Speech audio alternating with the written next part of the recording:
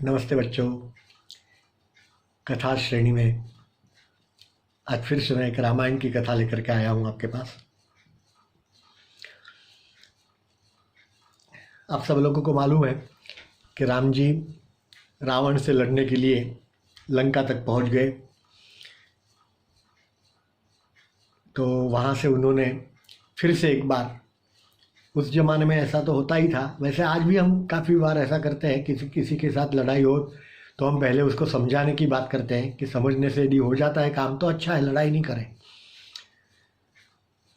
तो उन्होंने अपने दूत को रावण के दरबार में भेजा और वो दूत था अंगद, माने बाली जो सुग्रीव का बड़ा भाई था उसका पुत्र अंगद। वो भी बहुत बलशाली था, शक्तिमान था और होशियार भी था, बुद्धिमान था, इसलिए उसको दूत बना करके उसको भेजा। तो उन्होंने अंगद ने बहुत सारी बातें बताई इसको रावण को, लेकिन रावण कुछ समझने वाला तो था ही नहीं, हमें तो मालूम है। तो बहुत सारी बातें बताने के बाद भी वो समझा नहीं। तब उन्होंने कहा, अंगद ने, कि हमारे राम, श्री राम प्रभु जो है वो इतने शक्तिशाली है कि ये तुम्हारी लंका जो है वो ध्वस्त कर देंगे, तुम्हें हरा करके तुम्हें मार देंगे। अपने और पूरे लंका के हित के हिसाब से सोचो और मान जाओ, सीता जी को वापस भेज दो। लेकिन वो माना नहीं। तो उन्होंने कहा कि क्या सबूत है कि वो इतने शक्तिशाली है, रावण ने ऐसा पूछा। तो अंगद ने कहा, उनका सबूत तो मैं क्या दूं, मैं मेरा सबूत दे सकता हूं कि उनके साथ, उनके हाथ के नीचे, उनके अंडर में मेरे जैसे बहुत सारे सेनानी हैं, मिलिट्री के कमांडर्स हैं, उसमें से मैं एक हूँ। मेरे जैसे तो बहुत सारे हैं। और आपने हनुमान जी की शक्ति का प्रयोग तो आपने देख लिया है, पूरी लंका जला दी थी, याद है ना। तो मैं मेरी शक्ति का प्रयोग आपको दिखाऊं।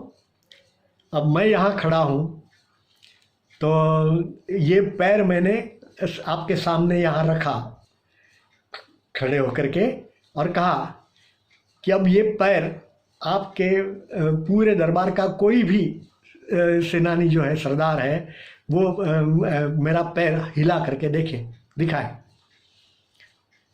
मेरी ताकत का अंदाज़ा तब आएगा आपको। अब उन्होंने तो पैर ऐसा रखा बिल्कुल, और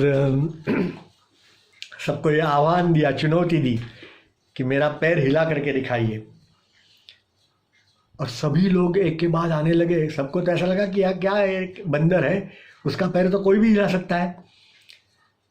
लेकिन वहाँ के महान बलशाली राक्षस जो थे वो सारे वहाँ आकर के एक एक के बाद एक आकर के गए, लेकिन कोई पैर नहीं हिला सका।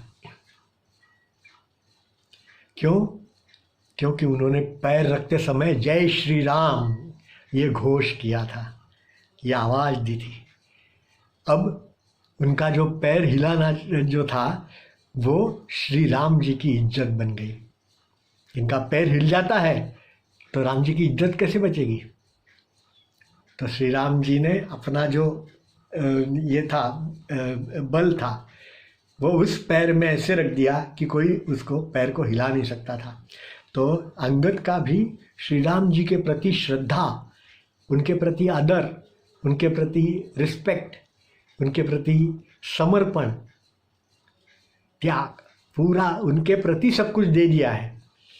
तो ये जो चीज़ थी उसकी वजह से श्री राम जी ने उनका पैर संभाल लिया।